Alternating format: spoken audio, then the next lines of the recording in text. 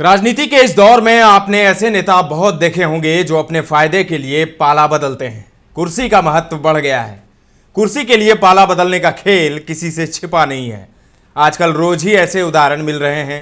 रोज कोई ना कोई नेता सामने आ रहे हैं, लेकिन आज इस वीडियो में हम आपको ऐसे नेता से मिलवाने जा रहे हैं जिन्होंने सत्ता पाने के लिए नहीं बल्कि सत्ता खोने के लिए पाला बदला है।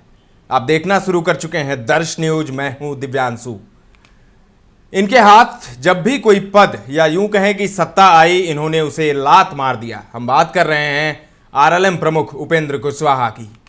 साल 2018 में कुशवाहा ने केंद्रीय मंत्री की कुर्सी छोड़ दी थी। उपेंद्र कुशवाहा रामविलास पासवान की तरह अच्छे मौसम वैज्ञानिक नहीं हैं। वो गलत मौसम में गलत पार्टी में होते हैं। उपेंद्र कुशवाहा ने राजनीतिक सफर समता पार्टी से ही शुरू किया था। समता पार्टी में भी नीतीश कुमार का कद एक बड़े नेता का था। साल 2000 के बिहार विधानसभा चुनावों में मात खाने के बाद आरजेडी से मुकाबला करने के लिए समता पार्टी और जेडीयू का विलय किया गया था।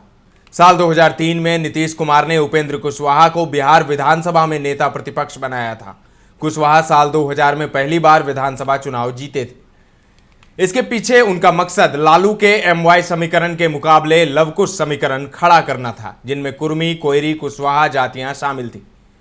नरेंद्र मोदी को बीजेपी की तरफ से प्रधानमंत्री पद का चेहरा बनाने के बाद साल 2013 में नीतीश कुमार एनडीए से अलग हुए थे। इसी समय उपेंद्र कुशवाहा ने राष्ट्रीय लोक समता पार्टी बनाई। आरएलएसपी ने 2014 के लोकसभा चुनाव में बीजेपी के साथ गठबंधन कर चुनाव लड़ा था और उपेंद्र कुशवाहा उस सरकार में मंत्री भी बनाए गए थे। साल 2017 में नीतीश के बिहार में महागठबंधन को छोड़ एनडीए में लौटने के बाद साल 2018 में कुशवाहा ने एनडीए का साथ छोड़ दिया। उसके बाद साल 2019 के लोकसभा चुनाव में बिहार में कुशवाहा की पार्टी आरएलएसपी ने विपक्षी महागठबंधन का दामन थामा था।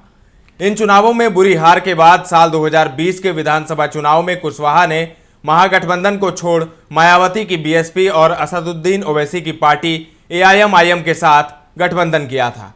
उपेंद्र कुशवाहा की पार्टी को ना तो 2019 के लोकसभा चुनाव में और ना ही 2020 के विधानसभा चुनाव में कोई सीट मिली थी। उसके बाद कुशवाहा ने अपनी पार्टी का विलय जेडीयू में कर दिया था। अब फिलहाल उपेंद्र कुशवाहा बीजेपी के साथ एनडीए में हैं। उनकी पार्टी आरएलएम को लोकसभा की एक सीट मिली है। खुद उपेंद्र कुशवाहा ही उस सीट पर लड़ रहे हैं। ये सीट है काराकाट। काराकाट सीट पर मतदान लोकसभा चुनाव के 7वें चरण में 1 जून को होगा। अभी 5वें चरण और 6ठे चरण की लोकसभा सीटों पर ज्यादातर दलों का ध्यान है। यहां एनडीए ने उपेंद्र कुशवाहा को मैदान में उतारा है। वहीं भाजपा से टिकट नहीं मिलने पर भोजपुरी के सुपरस्टार पवन सिंह निर्दलीय ही मैदान में उतर चुके हैं। महागठबंधन की ओर से कम्युनिस्ट पार्टी ऑफ इंडिया, मार्क्सवादी लेनिनवादी ने राजा राम सिंह को उतारा है और वह इस बात से खुश भी हैं कि एनडीए के वोटर इस नाम पर बंट रहे हैं, पवन सिंह के नाम पर। बीजेपी नेता खुले तौर पर उपेंद्र कुशवाहा का साथ दे रहे हैं। इधर उपेंद्र कुशवाहा भी कह रहे हैं कि पवन सिंह सिर्फ सोशल मीडिया के जरिए अपनी ताकत दिखाकर जनता को भरमाने की कोशिश कर रहे हैं। काराकाट की जो लड़ाई है वो काफी दिलचस्प हो गई है, क्योंकि पवन सिंह ने वहां से ताल ठोक दिया है। भोजपुरी स्टार पवन सिंह राजपूत जाति से आते हैं।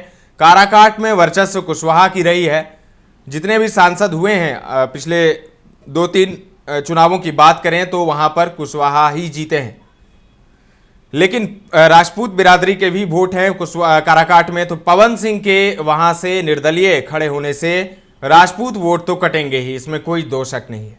तो पवन सिंह नुकसान करेंगे उपेंद्र कुशवाहा का, एनडीए का।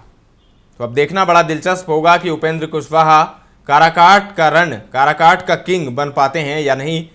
बड़ा ही दिलचस्प मुकाबला है। 1 जून को मतदान है, 4 जून को नतीजे आएंगे। तो 4 जून को पता चल जाएगा कि काराकाट का किंग कौन बनता है। फिलहाल के लिए इतना ही। तमाम अपडेट्स देते रहेंगे। बने रहें दर्श न्यूज के साथ।